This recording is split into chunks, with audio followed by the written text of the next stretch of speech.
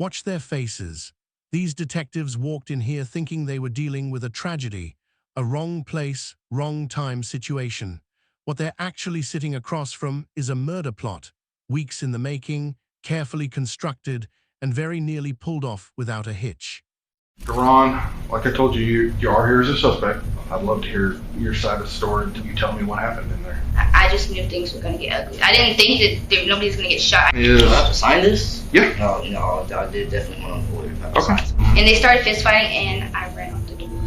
We have the text message of you offering to set him up. It's my fault. Darren really wanted me to stab him, not kill him. He wasn't supposed to shoot him. What you told us today, is that true or is that a lie? By every account, Jordan Boxley was someone worth knowing. Driven, warm, the kind of person his family rallied around and his friends gravitated toward without quite being able to explain why. He had just finished his finance degree. He was talking about real estate, about building something lasting. 25 years old with a plan and the energy to see it through, but he never got the chance. Today's date is Saturday, June the 12th, 2021. The time is 5:59 a.m. I'm Detective Rimmer with Galveston County Sheriff's Office, Criminal Investigation Division. Also with me, it's Detective Angelique Campbell, also with Criminal Investigation Division. If you would introduce yourself with your name and your date of birth, please. I'm Angelique Campbell. My date of birth. We're here on case number 21-00002515, which is a homicide that occurred overnight tonight. We are at the Crystal Beach substation in Crystal Beach, Texas. Angelique, what is your address? You don't know it? I just moved there like 4 or 5 months ago. Do you know what the street name is? West Canal. West Canal. And do you know your trailer number?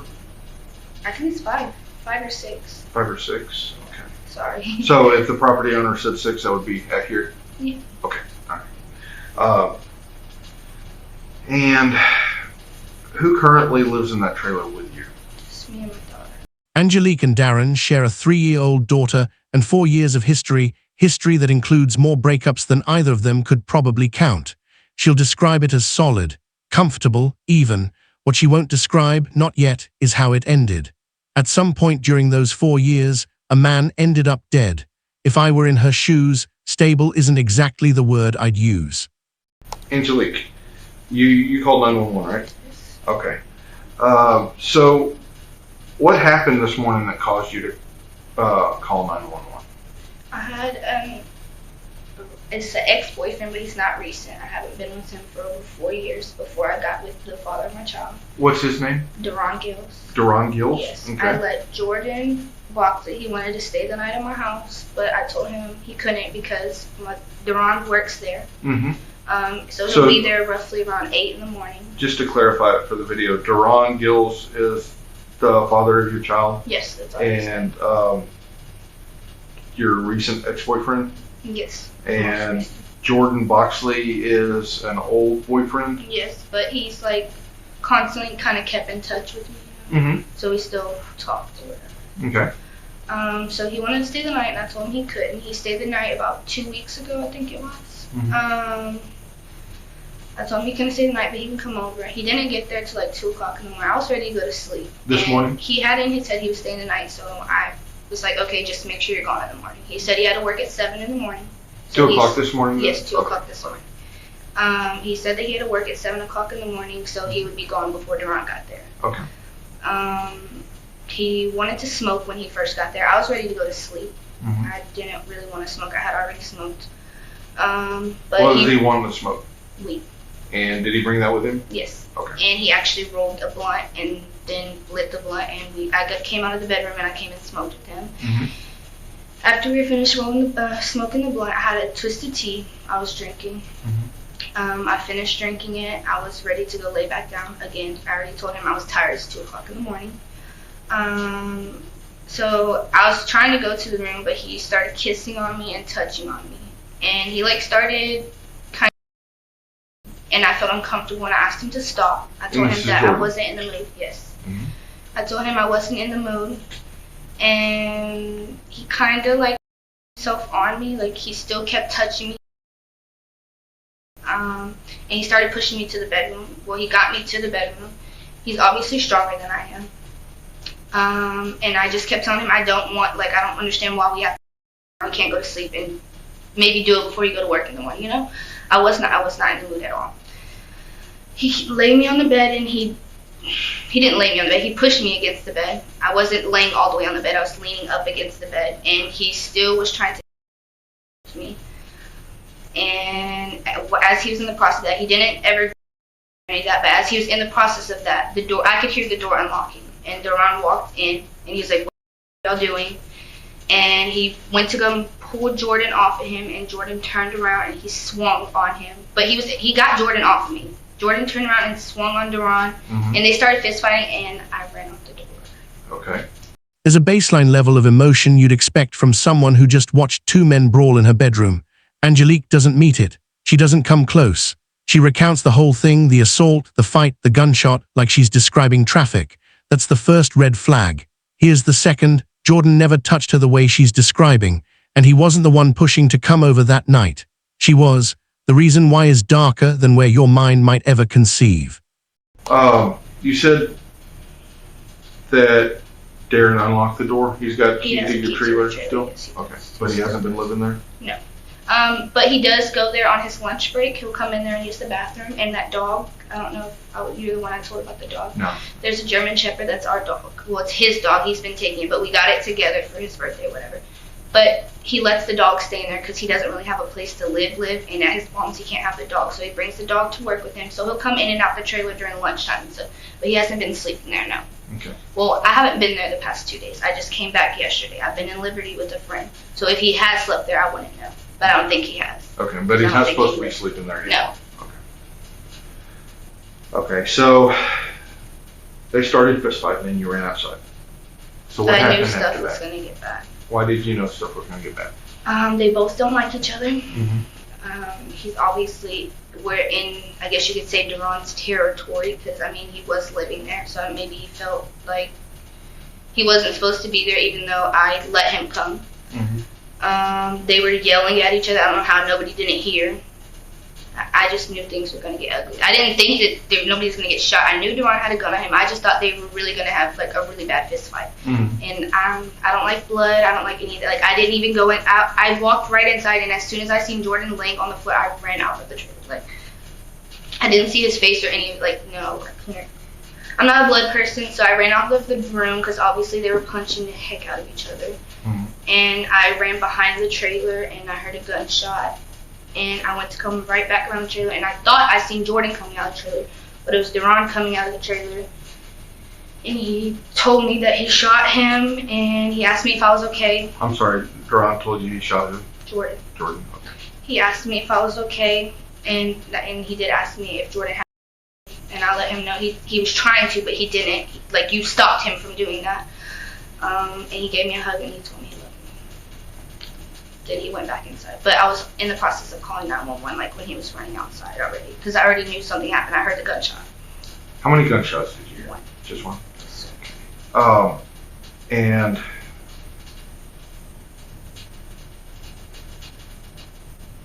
so you said he went back inside after he talked to you? Yes. Okay.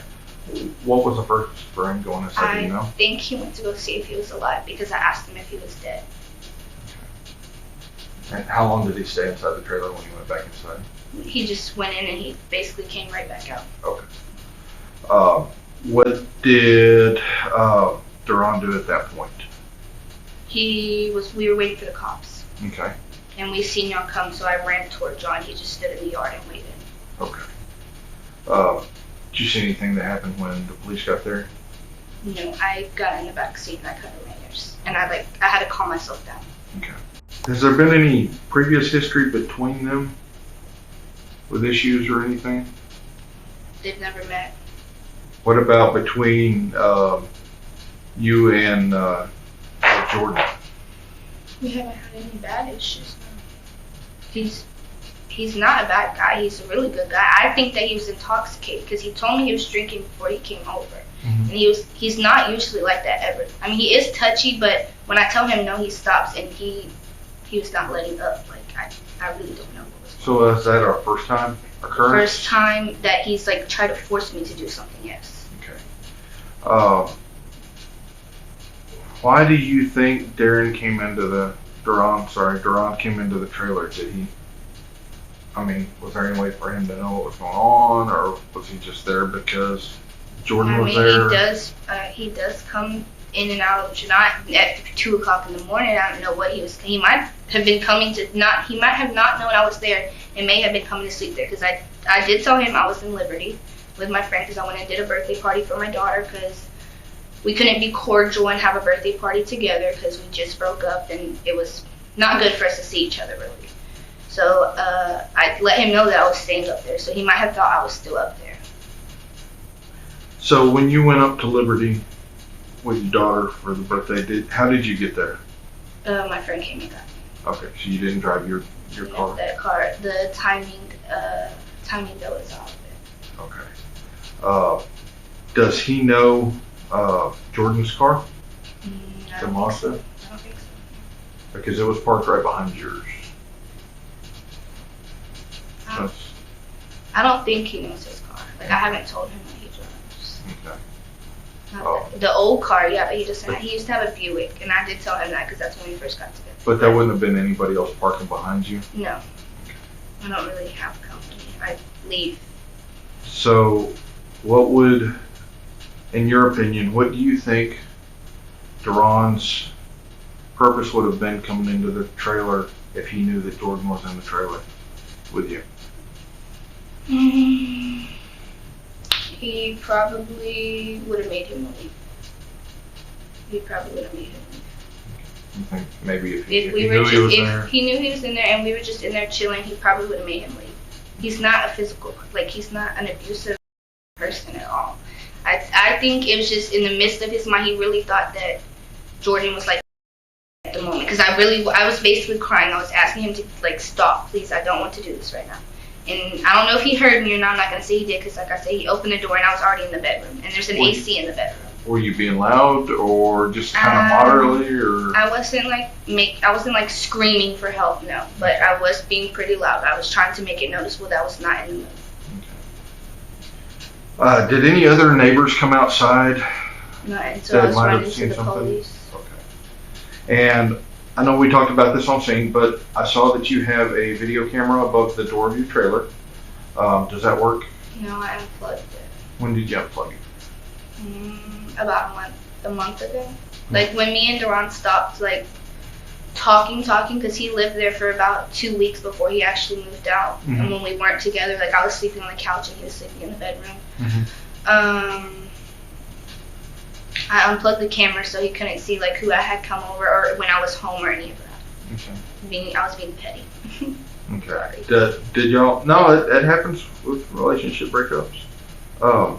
Had you and Duran had any issues?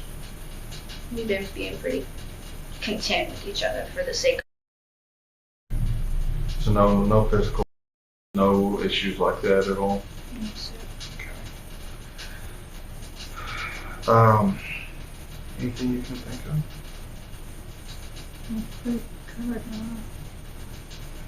So,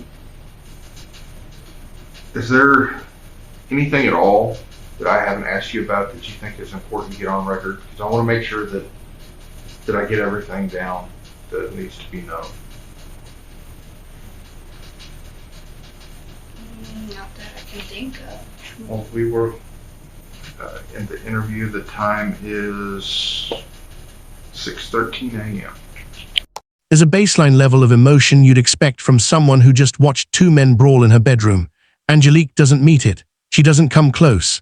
She recounts the whole thing, the assault, the fight, the gunshot, like she's describing traffic. That's the first red flag. Here's the second. Jordan never touched her the way she's describing, and he wasn't the one pushing to come over that night. She was. The reason why is darker than where your mind might ever conceive. We're here at the Crystal Beach substation on case number 21-00002515, which is a homicide that occurred in Crystal Beach on June the 12th of this year. So that's why we wanted to talk to you. Voluntarily, doors unlocked. Anytime you get tired of talking to us, you can get up and leave, okay? You understand that you're not under arrest? You understand anytime you're done, you're free to leave, or if you don't want to answer something that we ask you, you don't have to. Just say, hey, I'm ready to go. The door's locked. You leave. Just want you to make sure that you know that you're here. And you came here voluntarily, is that correct? We asked you to come down? Okay. And you came down and said no problems? Okay. With that being said, we want to talk to you about, I didn't get the chance to speak to you last time, but Detective Rimmer did. And, you know, we've continued on with the investigation, and there's some things that we need to verify with you, and he'll verify those things with you. So,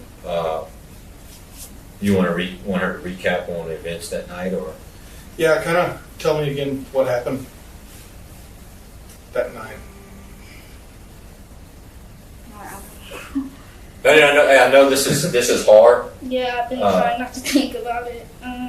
It's not an easy thing. It's a traumatic event. Nobody wants to go through that, and we get that. But this is the thing, Angelique. It's really important for us to get all the facts straight. All right, and make sure we have our ducks in a row, and we have everything is documented appropriately, and make sure we didn't overlook something. So, and a lot of times when you go through something traumatic like that, and you talk to people, there may be things that you think of later on. So that's why we come back and revisit people that we talked to that night also. So, and that's why we're just asking, can you kind of go through your head or recap? What I mean by recap is what took place that you remember that night. If there's something else that you didn't say happened at night, now's the time to say it. And that way, you know, we get all the facts straight when we're doing this. We take this job very seriously and these investigations very seriously, especially when somebody is dead, okay, or has been killed. So, with that being said, can you walk us through those events that night? Jordan wanted to come over. It was really late at night. He said it's going to take 3 hours for the ferry. I told him, okay, whatever, he wanted to come. He called me whenever he was getting on the ferry. I waited. I fell asleep, and he texted me whenever he got there. He knocked on the door. When he came in, I was ready to lay down. He wanted to smoke, so I let him smoke. I tried to get him to lay down with me, and I think that he was drunk. I'm not 100% sure. He did tell me he wanted to go have drinks, but he was touchy with me, and I told him that I was ready to go to sleep. I was supposed to work the next morning. Okay. And we made our way to the room, and I remember Darren unlocking the front door, and he was going on, and he went to pull Jordan off of him, and Jordan swung on him, and they started fighting. I ran outside of the trailer. I was actually in between both of the trailer, in the back of the trailer, in between the trailers, and they were fighting, and Darren told him to get the F out, and I guess he didn't leave. I wasn't inside, and I don't know what was said between them two. I do remember hearing him scream at him for him to leave, and then I heard a gunshot, and I called 911, and while I was on the phone, Darren came outside, and he told me to call 911 that he had shot him, and then the police arrived. Well, they took a long time to come, but Okay. eventually they arrived. I never went back inside to see if he was alive or any of that. That's probably wrong of me. No. That's understandable. Can you kind of, when you walk into, I made the scene that night, when you walk in your trailer, you walk into there's the kitchen, and then there's a chair and a table, right? Yeah, there's a table, and then there's a couch, and then the TV is in the back by the deep freezer. And then there's the bedroom in the back, okay. So where, you said y'all smoked, and I believe there was some marijuana on the table? Yeah, we smoked at the table. Okay. And then you said you were tired because you had to work the next morning? And it was already 2 o'clock in the morning. Okay. And you said something about going back to the bed. You went back to your bedroom by yourself, or? No, he was walking me to the room. Okay. So up until that point, there was nothing really physical or disagreements between you and Mr. Boxley? Just that he was touchy and I was not trying. But y'all had an intimate relationship prior to, Yes. in the past? Yes. Okay. And you asked him to come over, or he asked you to come over? No, he asked me to come over, and I told him that he could come over. Well, first I told him I didn't know, and then I told him that he could. But I told him he had to be gone by 7 because that's where Darren worked, was for the guy that owned the trailer park. Okay. Say what you want about Angelique, the story hasn't cracked, not once, and consistency isn't nothing, but that folder on the table, she's clocked it. Every few seconds, her eyes goes right back to it. Funny thing is, she didn't think twice about putting everything in writing. The woman who saw nothing wrong with documenting a murder plan over text, word for word, apparently does understand one thing. Detectives don't bring thick folders to the interrogation room because things are going well for you. And detectives begin to question her on how Darren got there. I guess how did Darren get there? What time did he get there? And I don't know. how did he open the door? He has a key to the trailer. Okay. And just so I'm correct, you and Darren were together, correct? Mm-hmm. And correct me if I'm wrong, because you know that. It's about 2 weeks prior y'all had It had been almost a month since we had been living. Okay, so you were separated from Yeah, Darren. he wasn't even living in the trailer. Okay. He just came there on his lunch break. I mean, he did come when he wanted to on his lunch break and stuff because we have a daughter together, so he would come there whenever he could. Did y'all consider yourselves husband and wife? Yeah, for a while. So that night, did Darren text you or call you, say I'm coming by, or? I mean, how did he just showed up? Or was that normal for him just to show up? Not at 2 o'clock in the morning. Not at 2 in the morning? Okay. So you didn't know he was going to come by that night or that morning? No. You okay? And thank you for talking to us. I know this is hard to have to go through this and kind of revision everything and walk through that whole thing. So, Mr. Boxley is walking you to the bedroom, and the trailer's not that big. So, was he on? Obviously, it's not enough room for both of y'all side by side. So he was like I was facing him and he was facing me. He was like pushing me to the bedroom basically. okay. And what was your response to that? I just told him, "Can we lay down?" Okay. And then what did he say? He was trying to kiss me. He wasn't saying anything. He was trying to kiss me. Okay. Did you ask him to leave? No, I didn't. Okay. Is that normal behavior when he's around you? No. No. No, usually he's a sweet person. He wasn't that person. Okay. But I do think that he may have been a little bit intoxicated. Okay. All right. So, I've got a couple questions for you. Okay? And before we start asking our questions, I notice you keep looking at the folders. You know what's in these right? Every text message, every texting app, everything from both of y'all's phones. So you know that we know what occurred. We have the text message of you offering to set him up. I can show you the text message. I don't want to see that, Okay. please. I understand that you, okay, and I understand that, but you set him up. You knew that Darren was going to come over, and you knew that you told me that night you knew they didn't get along, that they were squabbling, but you knew Darren was coming over. Yeah, and you knew Darren was coming over to take care of it. So actually, he said handle it, so that y'all could be a family.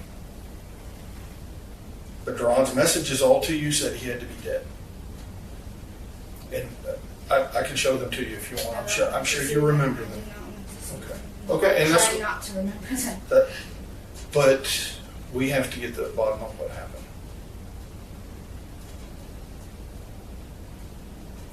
And now's the time that we're offering you To give tell the your truth. story, the actual truth.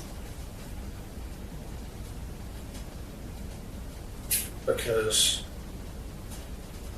we've got a lot. We've got more than enough. But we didn't come knock down your door with a warrant. We did come to ask you to tell us everything that happened without leaving anything out. And if I don't talk, I'm gonna go to jail.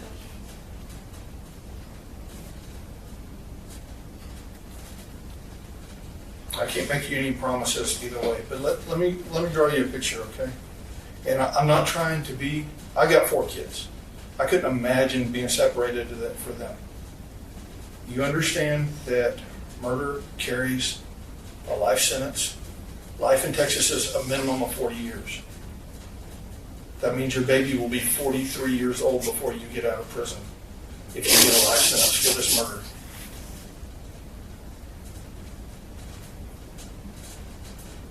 Angelique, we're looking for the truth, and I know you're not a bad person. I think you've made some poor decisions and may not have been out of love for Darron. I don't know, but like Detective Brimmer said, we didn't come just to arrest you. We came to get your side of things, and we want to give you that opportunity to provide what all took place and what was said.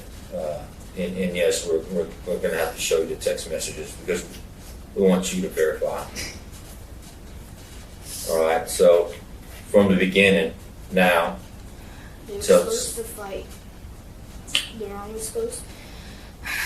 Darron really wanted me to stab him, not kill him. He just wanted me to make him not no more, basically. He just wanted me to show Jordan that I wasn't. I told him before, but he doesn't listen. Just that I'm not him like that no more. And I didn't want to do it. I was scared. So Darron said that he would confront him. So Darron was inside the trailer. Where was he at? He was in the bathroom. And he told me to have Jordan facing the opposite way of him so that he didn't see him come out of the bathroom. And when he came out of the bathroom, he confronted him. And they started fighting, so I ran out of the trailer. And he wasn't supposed to shoot him. You told me that night you knew that Darron had his gun. He always had, he never goes without it. So it wasn't like not normal. He always has it. How does he usually carry it? He carries it on his waist. Just stuck in his pants or in No, a he holster? usually has a holster. But he didn't have his holster. His I holster don't was in his know. car. I don't know about the holster, but I know that he usually keeps it in his pants. He don't always, I don't know what he was wearing, but he can wear it right there without a holster, and he has before. Okay. But he didn't have it in his hands or any of that whenever he came out of the bathroom. I will promise you that. So what time that night of the murder, what time did Darron arrive at your trailer, or y'all's trailer? I don't know. It was like an hour before. Okay. What happened when Darron got there? He wanted to wait for Jordan to get there. So he sat on the couch and waited. And how did he know Darron was going to, how did Darron know that Boxley was going to come over? He told me. Well, I had told him that Jordan asked to come over because I was trying to get Darron to come home. And then he told me that he wasn't coming, and if I was still talking to Jordan and all types of other stuff. So Darron's there, and how does Jordan get there? Jordan Boxley gets to your place. He drove, and then he told me he was outside, and I opened the door and I let him in. Jordan Boxley was 25 years old. He had a finance degree, a family that adored him, and what he believed was a friend on the other end of his phone, someone familiar, someone safe. He had no reason to think otherwise. That's the part that's hardest to sit with.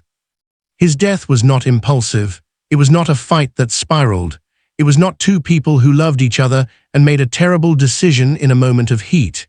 It was a plan, drawn out over weeks, discussed in detail, and executed on a night Jordan thought was just a late visit to someone he trusted. Here's how it started. Angelique and Darren's relationship had been fracturing for years, the kind of cycle where breaking up and getting back together becomes its own kind of normal. When Angelique reached out wanting to try again, Darren didn't say no, but he didn't say yes either, not for free. He had a condition. She had to prove herself, prove her loyalty, catch a body. For anyone who doesn't know the phrase, it means killing someone, not threatening, not scaring, killing. And instead of hanging up the phone, instead of walking out, instead of doing anything a person with a way out would do, Angelique picked a name. She picked Jordan, someone who cared about her, someone who, when she texted him late on a Friday night, didn't hesitate, someone who, when she told him to come, got in his car and drove 3 hours to a ferry crossing in the middle of the night because she asked him to. The whole time, Darren was already inside, sitting on her couch, in the dark, gun loaded, just waiting for a knock at the door.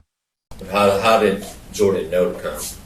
He asked me to come over. He asked if he could come over. Then I told him to come over, I guess. Okay. And then, When he was on his way, he waited in the ferry for about 3 hours. okay. And then, Did Jordan try to not come over that night? Tell you it was too late? Yes. Why did you keep telling him to come if it was too late? I told him to. But he went. You don't understand. No, No, we're trying. I understand. We're trying to understand. Neither one of them are bad people. It's just, it's my fault. I should have left both of them alone. so Duran comes over, you don't know what time? I don't remember what time. Okay. And he's waiting in the trailer while you're texting Jordan to come over? Okay. How do you know when Jordan's there? He told me he was outside. Okay, and then where was Duran at? He went in the bathroom. He went in the bathroom? Did he lock the bathroom door? No. No? Why did he need you to open the bathroom door? Because I was scared. He just asked me to open the bathroom door and I opened it and he didn't even come out of the bathroom. What do you mean he didn't come out of the bathroom? Like I swung the door open thinking that he was about to go out and confront him and he didn't. He stayed in the bathroom. So I closed the door back and I went back in there and I let Jordan finish his blunt and I guess he got impatient. I don't know, then Duran came out of the bathroom. And what was said when he came out of the bathroom? He said, what's up, do you want to talk all that shit now? And Jordan stood up and they started fighting. And I ran out of the trailer. What happened when you ran out of the trailer? I heard them stumbling around. I heard both of them, I heard Duran say, now talk all that shit now. And then he was like, okay, you can go, like telling him to leave. And Jordan said, F you, and they were fighting, like, I couldn't hear everything they were saying.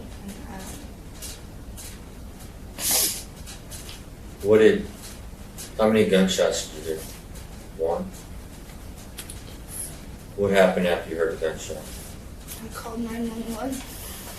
And like a few moments later, Duran was coming out of the door to tell me to call 911. Okay. What else did Duran say to you? He asked me if I'm okay. And what did you say? What was going through your I mind? was scared that we were both about to lose our, that we were both about to go to jail. That's what was going through my mind, that my daughter was about to lose both her parents. After I told him I didn't want to do it no more, that I was scared, even though I didn't even know this was gonna happen. They were supposed to fight. Like, he was not gonna kill him. I know what the text messages say. I don't think he's not.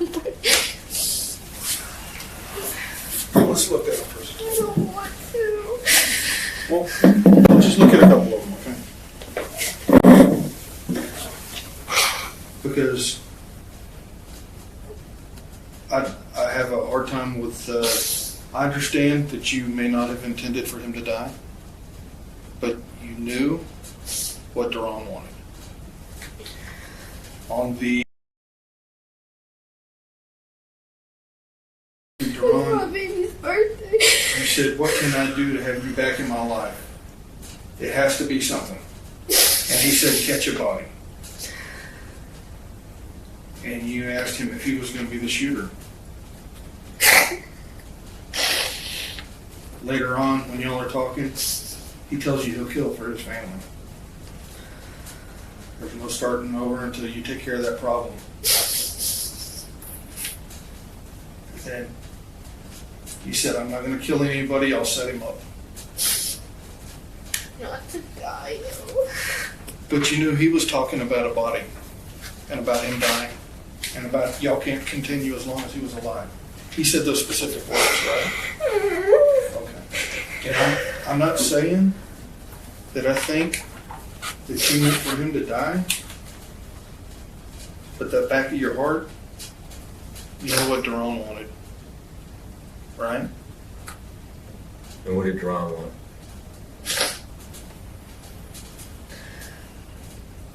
He wanted me to stop talking to Jordan, but he wanted him gone. Gone like how? Talks about you stabbing him. No, he told me on there, he said I didn't have to kill him if y'all read the messages for the stabbing part, but that's not me, I'm not. I understand. You tried to set him up on the 9th on your daughter's birthday. And he couldn't come over. He was doing stuff with his mama, you said? And then you said he wanted to chill with me, said his mama was tripping. Yeah, I remember that. Okay. And then you told him Friday. And that's the day that you set him up. And that's the day Boxley came over to your house. And all of this happened. It was on that Friday. What happened on June 12th didn't come out of nowhere. It was the finish line of something that had been running for weeks. The texts show attempt after attempt to get Jordan to that trailer, nights where the timing was wrong, where he was busy, where something pulled him away before they could get to him. One of those nights was her own daughter's birthday. He was with his mother. He couldn't make it. Yet he got to go home. He had been riding on luck. However, his killers were persistent. The next time he said yes, and he wasn't so lucky. On that Friday, you texted Boxley and asked him to come over. Correct? I need you to answer me out loud. I'm sorry. It's on video and I'm kind of sitting in front of you. Okay. No, you're all right. I just want to make sure it's all clear. He asked if he can spend the night, and you told him yes. But you told me that night you specifically told him he couldn't. So, I know I'm going to get in trouble for that too. The thing is, and I'm sure you've always heard, when you tell the truth, there's a lot less trouble coming your way than when you lie and try to hide something, especially something this big. I mean, you got to know. This is about as big as it can get, right?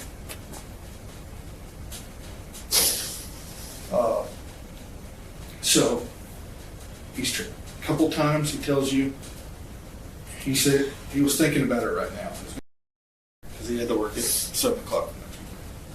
And you told him to come on. Told him later, if you're going to bed now, I can let me know so I can go home. He said, no, I'm up. Later he says, are you going to stay up? Because he said it's 3 more hours. I can come another day. I'm down to wait. You told him, come on. I'm good. I'm up chilling. You told me that he entered with a key, but we know he was waiting inside, right? Okay. You told me that Daron didn't know you were coming home that day because you were supposed to be in Liberty, which is true. You were supposed to be in Liberty, but on the 11th, on that Friday, I came home. you texted Daron, told him you were on your way home, so he knew you were back. Yes.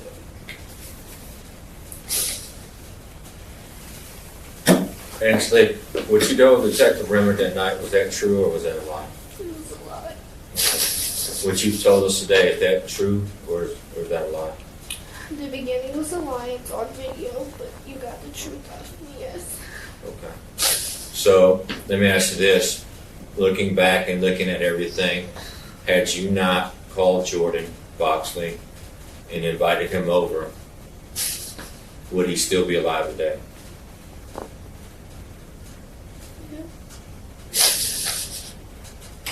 This could have been prevented, is that correct? Yes, sir. But instead somebody lost their life. Yes, sir.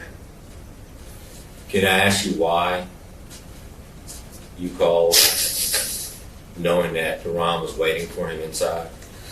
He was basically ambushed. He had no idea.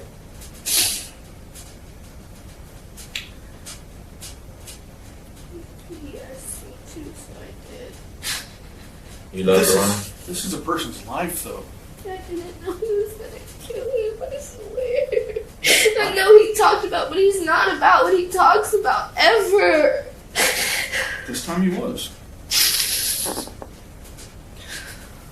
Would you agree people do crazy things for love?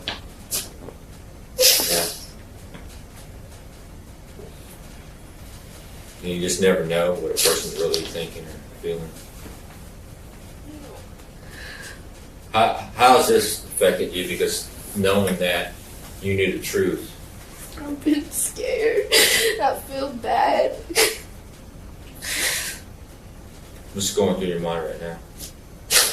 That I told him I didn't want to do it multiple times. And he's persistent. Have you talked to Duran since that, when he got out of jail?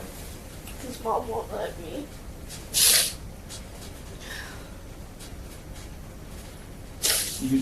You understand, and I understand what you're saying. I do. But there's a point where you have to say, this is a really bad idea, I shouldn't do this. But all of the messages that we've got all point to you being 100% in agreement with him. There's nothing in there, and trust me, I looked. I read through all those thousands of messages looking for anything from you that might show that you were under duress, that he was forcing you. I didn't find that. I wanted to find that, but I didn't find that. You understand also that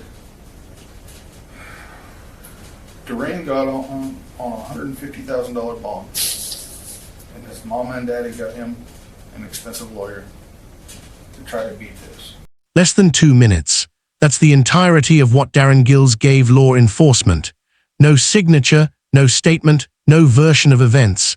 Just a man who knew exactly what not to say, and a family with enough money to make sure he didn't have to say it. He posted bond and walked out of that building like a man who believed he had already won. Detectives had seen it before. The expensive lawyer, the silence, the calculated exit. It's a strategy, and sometimes it works if the other people involved stay quiet too. Angelique was not staying quiet.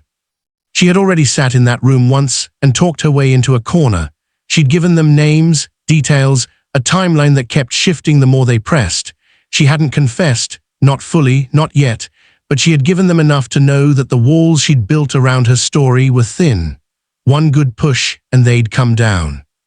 So detectives turned back to her, not as a courtesy, not out of sympathy for a young mother sitting across from them without a lawyer, because Angelique Campbell was now the single most valuable person in this entire investigation. Darren had the gun, but she had the plan. She knew every text, every attempt, every night they tried and failed before June 12th finally worked. She knew the condition Darren had set. She knew exactly what catching a body meant, and she had agreed to it anyway. If detectives were going to put them both in a cell, they needed her to say all of that out loud. And they were going to give her every reason in the world to do exactly that. And we are here at the Crystal Beach substation, Crystal Beach, Texas, on Galveston County case number 21-00002515. It's an incident that happened over here in Crystal Beach this morning. Duran, like I told you, you are here as a suspect. So I have to go over the advisement of rights form with you before me and you can talk. And then if you want to give me a statement and tell me what happened, I'd love to hear your side of the story. Tell me what happened in there. Okay. All right. So the first line is. Do I have to sign this? Yeah. No, I did definitely want to avoid if I have to Okay. sign something right now. Yeah, I'm not signing anything right now. Everything has to be signed legally. You know, every legal do. Before I sign this. Okay. I don't even know what this is. All Sorry, I didn't have to sign something before I even talked to you. I didn't know that.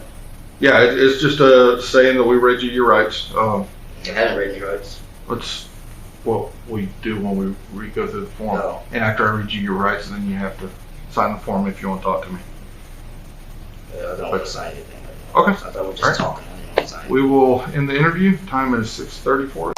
I know that your family can't afford that bond, and they can't afford that lawyer. I want to give you the chance to take care of yourself. You can't worry about taking care of him. You got to worry about taking care of yourself and that baby. That's exactly right. That baby needs to be your prime focus, and to take care of her, you've got to minimize as best you can the amount of time that you have to do, so that you can come back and help her grow up, watch her grow up, and help her grow into a young lady. Were you inside the trailer when Duran shot Jordan? No, sir. I think I would be way more traumatized than I am if I was inside. Did you ever go back inside after the shooting? I walked around the trailer and I looked in the door and I seen his body laying on the ground, so I didn't go inside. Do you remember when they put the bags on your hands? The bags. Oh, to Okay, see if I had gun yeah. residue, I told the lady that I had Duran's phone in my hand, so there probably was gun residue on my hand. And she said they were expecting it to be on my hands. I took his phone. The cops got his phone from me. I was on the phone with his mom after he called her. Okay. So that's how it got on my hands, if you're curious. Again, is everything you tell us true and correct? Yes, sir. Is that the absolute truth this time? Yes, sir. No problem. Like Lieutenant Miller said, this is your one and only. This is your last chance to give us everything, and that's what we're trying to get from you as a complete story. If there is anything that we need to know, or we haven't asked you about that's important, now's the time to tell us, because later it's all a moot point. Now's the time to come forward and give us everything. That is what I hid, that he was inside of the trailer when it happened. And that you called Jordan to come over. And basically, you set him up to come over. Yes, sir. And we can't make you any promises, and we're not making you any promises. No. But it's important that you told us the truth, because when we call and we're making these decisions, it's good to know that we're giving them the full truth this time, okay? Yes, sir. All right? If you had to do it all over again, would you do it differently? I would have just let Duran go. I wouldn't have been with him no more. If you had something to say to the family, Jordan's family, now, what would you say? Sorry. I really am sorry.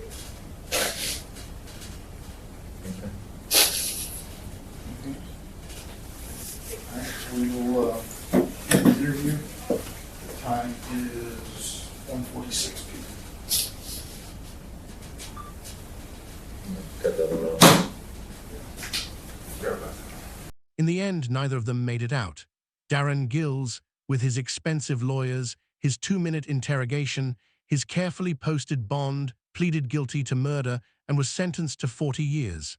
All that money, all that preparation, all that silence. 40 years anyway. Angelique pleaded guilty to the same charge and received 27 years. 27 years for the woman who made the calls, sent the texts, kept the plan alive through every failed attempt, and ultimately got Jordan through that door. Her daughter was 3 years old when this happened. By the time Angelique walks out of prison, that little girl will be a grown woman, older than her mother, was the morning she sat across from those detectives and tried to lie her way out of what she had done. That's the part that stays with you. Jordan Boxley was 25 years old. He drove 3 hours in the middle of the night because someone he trusted told him to come. He deserved to make it home. His family deserved to keep him. And no sentence, no guilty plea, no amount of time served changes that. If you're new here, welcome, and check out one of the craziest cases I've ever covered right here, or my newest upload right here.